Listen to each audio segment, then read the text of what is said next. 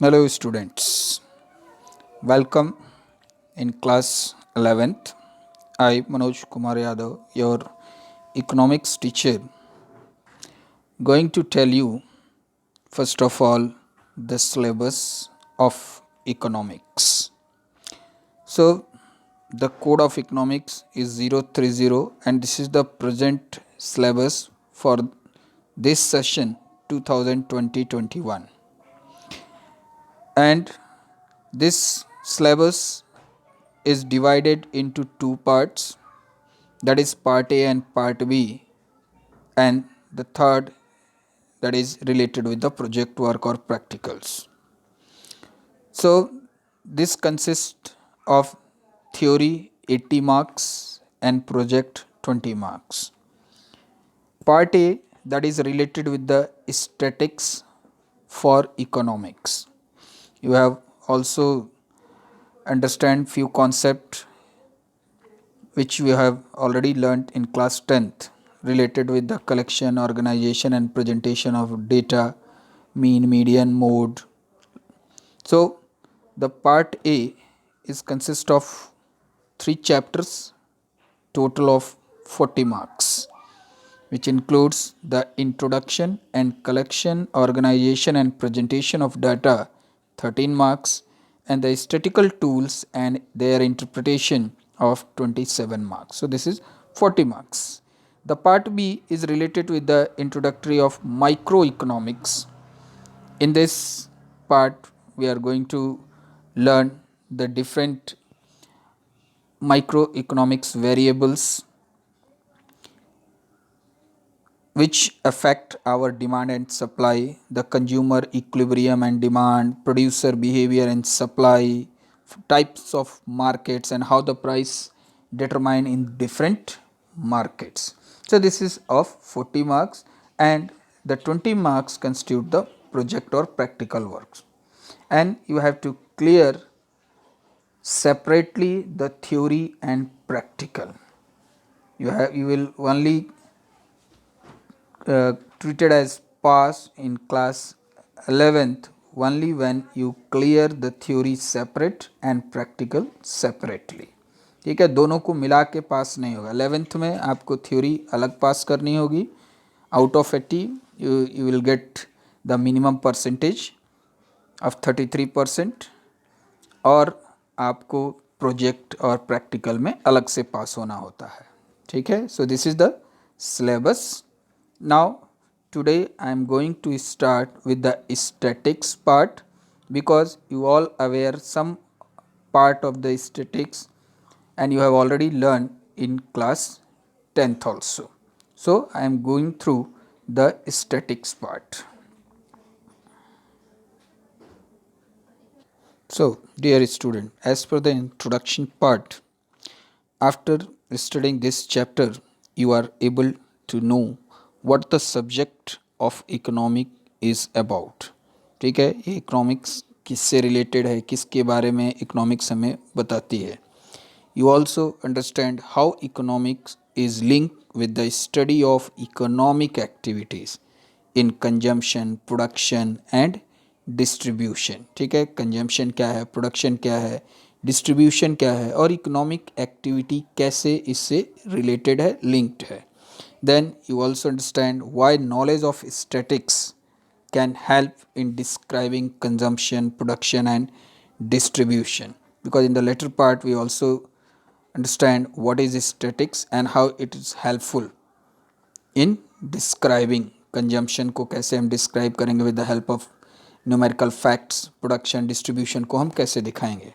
Then we learn about some of the users of statistics in the understanding of economic activities. कौन कौन से ऐसे uses हैं जिसके थ्रू हम इकोनॉमिक्स एक्टिविटी के बारे में जान सकते हैं, फ्रूटफुल है, कौन कौन सी इकोनॉमिक्स जो एक्टिविटीज़ हैं जिन्हें स्टैटिक्स के through we are able to present for a decision making process. Concept is why economics, why we go for economics, what this term states. हम क्यों इकोनॉमिक्स के बारे में सोचते हैं, क्यों पढ़ते हैं economics, because you have already learn this economics in your previous class also, and you have some knowledge about this economics also. You might have been told this subject is mainly around what Alfred Marshall, one of the founder of modern economics, आपने इनके बारे में पढ़ा होगा, called the study of man in the ordinary business of life. Economics क्या है? इनके द्वारा ये कहा गया कि जो मनुष्य जो है वो एक जो जीवन जीता है, ठीक है, एक ऑर्डिनरी लाइफ स्पेंड करता है, उसके बारे में हम इस इकोनॉमिक्स में पढ़ते हैं. Let understand what that means. You may want to satisfy your own personal needs or those of your family or those of any other person to whom you want to make a gift. You are called consumer. You heard about the consumer. Who are the consumers? जो अपनी personal need को satisfied करने के लिए, पूरा करने के लिए सामान खरीदते हैं, चाहे अपने घर के किसी फैमिली की नीड को सेटिस्फाइड करने के लिए खरीदते हैं या किसी को गिफ्ट के रूप में कोई सामान देते हैं जिससे उसकी नीड सेटिस्फाइड होती है. That is called consumer. When you sell goods to make a profit for yourself, you may be a shopkeeper. You are called seller. अब एक सेलर पॉइंट ऑफ व्यू पढ़ें तो सेलर कौन है? वो है जो गुड सेल करता है प्रॉफिट अर्न करने के लिए, ठीक है. So these are all the activities comes under economics. You may be a farmer or a manufacturing company or provide services. You may be a doctor, porter, taxi driver or transporter of goods. You are called a producer. ये सारी चीज़ें हम क्यों पढ़ रहे हैं? ताकि हमें ये पता चले कि हम किस तरह की एक्टिविटीज़ में इन्वॉल्व हैं. Before we are learning the concept of economics, first we are go through what are the different types of persons are engaged in different types of activities. तो यहाँ पर आप देख रहे हैं, अगर आप गुड्स प्रोड्यूस कर रहे हैं तो या तो आप फार्मर पॉइंट ऑफ व्यू, आप फार्मर हो सकते हैं. अगर कोई कंपनी है तो मैन्युफैक्चरिंग कंपनी है. आप किसी तरह की सर्विसेज दे रहे हैं, that is also part of production. आप पोर्टर हैं, टैक्सी ड्राइवर है, ट्रांसपोर्टर हैं, then you comes under the category of producer. When you are in a job, you working for some other person and you get paid for it. You may be employed by somebody who pays you wages or a salary. You are called an employee. आप किसी के under में काम कर रहे हैं, ठीक, तो उसके बदले जिसके अंडर में आप काम कर रहे हैं वो आपको या तो मजदूरी या वेतन आपको देता है. उस समय आप again you are working for someone else. so that is you are comes under the category of employee. When you employ somebody giving them a wage, you are an employer. अब मान लीजिए आपके अंडर में लोग काम कर रहे हैं, आपने कई लोगों को काम पर रखा है, then you come in the category of employer. In all these cases you will be called gainfully employed in an economic activity. हमने ये सारी चीज़ें क्यों पढ़ी? ताकि हमें ये पता चल सके कि हम जो हैं इन सारी एक्टिविटीज़ में किसी न किसी पर्पज़ के लिए इन्वॉल्व हैं, और उन सब का पर्पज़ क्या है? इकोनॉमिक एक्टिविटी से लिंक होना. Means economic activities are one that are undertaken for a monetary gain, because we are engage in any such type of activities in which our main motive is earning. ठीक है, जिसमें हम पैसा कमाने, profit कमाने के उद्देश्य से अगर हम किसी एक्टिविटीज़ में इन्वॉल्व होते हैं तो, या मॉनेटरी गेन इसी को कहते हैं, ठीक है, पैसा कमाने, इनकम अर्न करने के पर्पज़ से अगर हम किसी एक्टिविटीज़ में इन्वॉल्व हैं, they are comes under the heading economic activities. Because we have just seen that in different area different peoples are engage in different types of work. ठीक है, this is what economics mean by ordinary business of life. और जो आपने definition पढ़ी that is the given by the Alfred Marshall, ठीक, एक बहुत विख्यात जो है इकोनॉमिक्स थे, उन्होंने इस चीज़ को बताया कि the study of man in the ordinary business of life क्या है. जो अलग अलग तरीके से लोग अलग अलग तरह की इकोनॉमिक एक्टिविटी में इन्वॉल्व होते हैं, ठीक है, for earning monetary gain. This is called ordinary business of life. The story of Aladdin and his magic lamp. आपने अलादीन और जादुई चिराग की कहानी आपने पढ़ी है, सुनी भी है. You would agreed that Aladdin was a lucky guy. क्यों लकी गाय था? क्योंकि उसे जो चाहिए था वो जिनी उसे प्रोवाइड कर देता था। Whenever and whatever he wanted, he just had to rub his magic lamp, and a genie appeared to fulfill his wish. जैसे ही वो चिराग को रगड़ता तुरंत जो है जिनी आ जाता और उसकी विश को फुलफिल कर देता था। When he wanted a palace to live in, the genie instantly made one for him. When he wanted expensive gift to bring to the king, when asking for his daughter hand, he got them at the bat of an eyelid. तो किस तरीके से उस जिनी ने Aladdin की हर इच्छा को पूरा किया। आपने इस चीज़ के बारे में सुना है, देखा भी है, but in real life we can not be as lucky as Aladdin. लेकिन वो सिर्फ कहानियों में ऐसा है, but in real life it is not possible that if you want everything we will have it. Though like him we have unlimited wants, we do not have a magic lamp. ठीक है, हमारी ज़रूरतें अनगिनत हैं। हमारी एक ज़रूरत पूरी होती है, दूसरी सामने तैयार होती है, और हमारे पास इस सारी इच्छाओं को पूरे करने के लिए कोई मैजिक लैम्प नहीं है। Take for example the pocket money that you get to spend. आपको पॉकेट मनी मिलती है from your father, from your mother. If you had more of it, then you could have purchased almost all the things you wanted. अब मान लीजिए अगर आपके पास ज़्यादा amount में अगर आपको ये पॉकेट मनी मिल जाए तो definitely will purchase what ever you want. But since your pocket money is limited, लेकिन वो ऐसा होता नहीं है, आपको एक लिमिटेड अमाउंट ही मिलता है। And you have to choose only those thing that you want the most. और इस कारण से आप मजबूर होते हैं कि आप उस पैसे को उसी चीज़ पे खर्च करते हैं जो सबसे ज़्यादा आपको ज़रूरत होती है। This is a basic teaching of economics, और यही चीज़ इकोनॉमिक्स में सिखाया जाता है कि कैसे हम अपने रिसोर्सेज को मीन्स मतलब जो रिसोर्स है उसे हम कैसे इस्तेमाल करें ताकि हमें ज़्यादा से ज़्यादा बेनिफिट मिल सके और हम अपनी ज़रूरतों को पूरा नहीं कर पाते। कारण रिसोर्सेज आर स्कैर्स। हमारे पास जो साधन हैं, जो संसाधन हैं हमारी हर ज़रूरतों को पूरा करने के, वो लिमिटेड हैं। Okay, so this is called scarcity. Scarcity is the root of all economic problem. ठीक है, जितनी भी इकोनॉमिक प्रॉब्लम्स हैं, इकोनॉमिक प्रॉब्लम क्या है? The problem of choice. ठीक है, यानी कि हमें चूज़ करना पड़ता है, क्योंकि हम सारी ज़रूरतों को पूरा नहीं कर सकते। तो हमें कौन सी ज़रूरत सबसे ज़्यादा है, जो सबसे पहले हमें पूरा करनी है, this is called economic problem. ठीक है, तो उसके लिए पहले हम पढ़ लेते हैं कि स्कैरसिटी क्या है और क्यों स्कैरसिटी इस इकोनॉमिक प्रॉब्लम को जन्म देती है। ठीक है, why the economic problem arises. Had there been no scarcity there would be have no economic problem. अगर स्कैरसिटी नहीं होगी, कमी नहीं होगी, यहाँ स्कैरसिटी का मतलब एक्यूट शॉर्टेज नहीं है। स्कैरसिटी का मतलब है the limitation of supply of a commodity in relation to its demand. यहाँ इकोनॉमिक्स में स्कैरसिटी का मतलब होता है कि जितनी हमारी डिमांड है, हमारी मांग है, उसके अपेक्षा जो सप्लाई है वो नहीं हो पाती है। ठीक है, अगर हमें 4 चीज़ों की ज़रूरत है तो हमें 3 ही मिल पाती है, 2 ही मिल पाती है। ठीक है, तो इकोनॉमिक प्रॉब्लम होती कब नहीं होती? अगर हमारे यहाँ स्कैरसिटी यानी कि प्रॉपर सप्लाई की शॉर्टेज नहीं होती तो।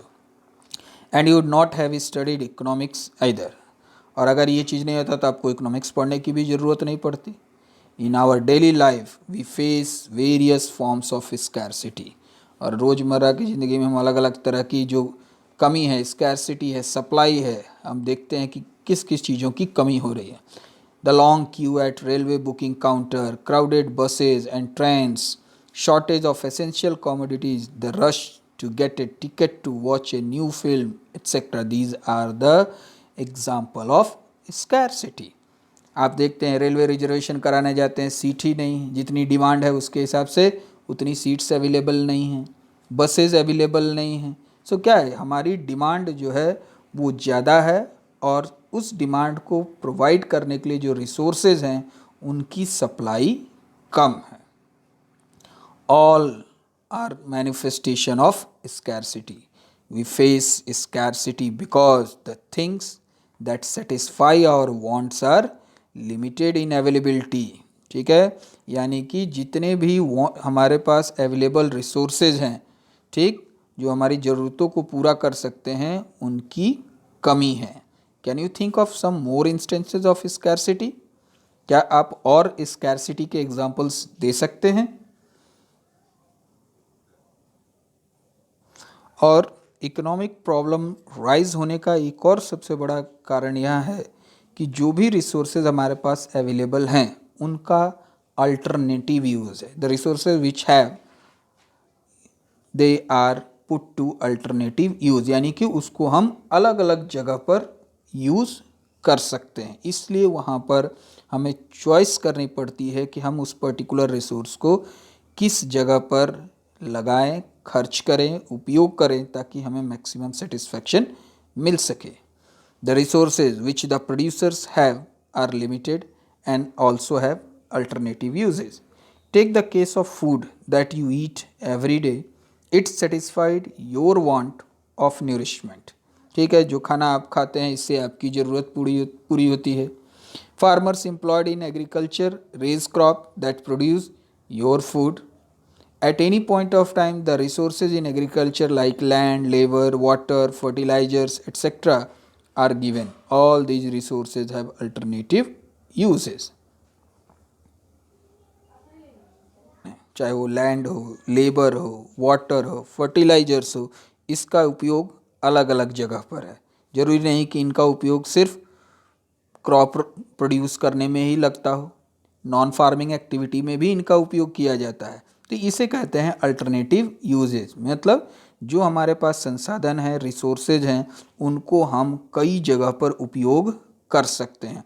और इसी चीज़ को हमें यह समझना है कि इकोनॉमिक्स के स्टडी के through we are able to learn how these scarce resources are put in a best effective manner. The same resource can be used in the production of non-food crop such as rubber, cotton, jute, etc. हमें rubber बनाना है, cotton बनाना है, jute produce करना है, यहाँ भी labour की ज़रूरत है, यहाँ भी वाटर की ज़रूरत है। तो जो हमारे पास रिसोर्सेज हैं उनका ये अल्टरनेटिव यूजेज है। And thus the alternative uses of resources give the rise to the problem of choice between different commodities that can be produced by those resources. और यही कारण है कि जो प्रॉब्लम ऑफ चॉइस, मतलब हमें चूज़ करना है कि हम रिसोर्सेज को किस जगह पर लगाएं, मीन्स को किस जगह पर लगाएं ताकि हम ज़्यादा से ज़्यादा सेटिस्फैक्शन पा सकें। Now let understand economic problem with the help of this chart comparing human wants with resources. You see in this chart, the human wants are unlimited and different in intensity and urgency. भाई हमारी wants क्या है? Unlimited है। हमारी ज़रूरतें अनगिनत हैं, लेकिन और उसमें भी कोई ज़रूरत को हम पहले priority पर रखते हैं, पहला preference देते हैं। Priority means intensity, urgency means preferences, किस काम को पहले करना है, उसके बाद हम रिसोर्सेज को किस चीज़ पर खर्च करेंगे। ठीक है, इसके लिए जो हमारे पास रिसोर्स हैं, मीन्स हैं, वो लिमिटेड हैं। ठीक है, ह्यूमन वांट्स अनलिमिटेड है और उस वांट को पूरा करने के लिए whatever the resources we have they are limited in number. So that's why we have to put these resources in alternative uses. और इसीलिए हम जो है अपनी ज़रूरतों को पूरा करने के लिए, अनगिनत ज़रूरतें जो भी हैं, अनलिमिटेड हैं, उसमें से जो सबसे ज़्यादा जो ज़रूरत है उसको पूरा करने के लिए जो हमारे लिमिटेड रिसोर्सेज हैं उनको हम बेस्ट यूज़ में लाते हैं। सो प्रॉब्लम ऑफ चॉइस यहाँ क्रिएट होती है। ठीक है, और इसी से जन्म होता है इकोनॉमिक्स का कि हम अपने रिसोर्स में से उस रिसोर्स को चूज़ करें, सेलेक्ट करें जिसका यूज़ करके हम अपनी इच्छाओं को, अपने वांट्स को पूरा कर सकते हैं। For example, if you have a 10 rupee note, this is called means और रिसोर्स। आपके पास 10 रुपये का नोट है, ये आपके पास, ये आपका रिसोर्स है। You want to buy a copy, a pen, a chocolate and a pencil. This is your want. अब आप इस रिसोर्स का यूज करके कॉपी भी खरीद सकते हैं, पेन भी खरीद सकते हैं, या चॉकलेट खरीद सकते हैं, या पेंसिल पे खर्च कर सकते हैं। ये क्या हो गए? इस 10 रुपये नोट के अल्टरनेटिव यूजेज हो गए। You can use this resource in any of them. Your wants are unlimited in comparison to your means, or your means are limited in relation to demand for them. अब यहाँ क्या है? आपके पास unlimited want है, आप इस 10 रुपये को कई चीज़ों पे खर्च कर सकते हैं, लेकिन आपके पास सिर्फ एक ही 10 रुपये का नोट है। तो यहाँ पर आपकी डिमांड अनलिमिटेड है और मीन्स लिमिटेड है। As your want differ in urgency, also your 10 rupee note can buy anything you want to. You face a problem of making choice as to how should you spend 10 rupee note in such a way that you can buy maximum. अब आपके पास choice का problem आ गया, ठीक, एक समस्या आ गई कि आप इस 10 रुपये के नोट को किस चीज़ पे खर्च करेंगे। तो आपको यहाँ सोचना होगा कि हम इस 10 रुपये को, आपको यहाँ डिसाइड करना होगा, ठीक है, कि हम इस 10 रुपये के नोट को किस पे खर्च करें कि हमें ज़्यादा से ज़्यादा, हम इस 10 रुपये में ज़्यादा से ज़्यादा सामान को खरीद सकें। ठीक है, ये है प्रॉब्लम ऑफ चॉइस, और यही प्रॉब्लम ऑफ चॉइस जन्म देती है इकोनॉमिक प्रॉब्लम को। So the problem of making a choice is called economic problem. I hope you understand what is economic problem. So economic problem is the problem of choice, and how this economic problem arises due to the scarcity and the alternative uses of resources. Is the study of how people and society choose to employ scarce resources that could have alternative uses in order to produce various commodities that satisfy their wants and to distribute them for consumption among various persons and group in society. तो economics के जरिए हम ये पढ़ते हैं कि कैसे जो लोग हैं, समाज है, वो हमारे पास जो लिमिटेड स्कैर्स रिसोर्सेज हैं उन्हें अलग अलग जगहों पर इस्तेमाल करते हैं और अलग अलग तरह की कमोडिटी, सामान, सर्विसेज प्रोड्यूस करते हैं और लोगों में डिस्ट्रीब्यूट करते हैं, so that we are able to fulfill the need and demand of ours and society also.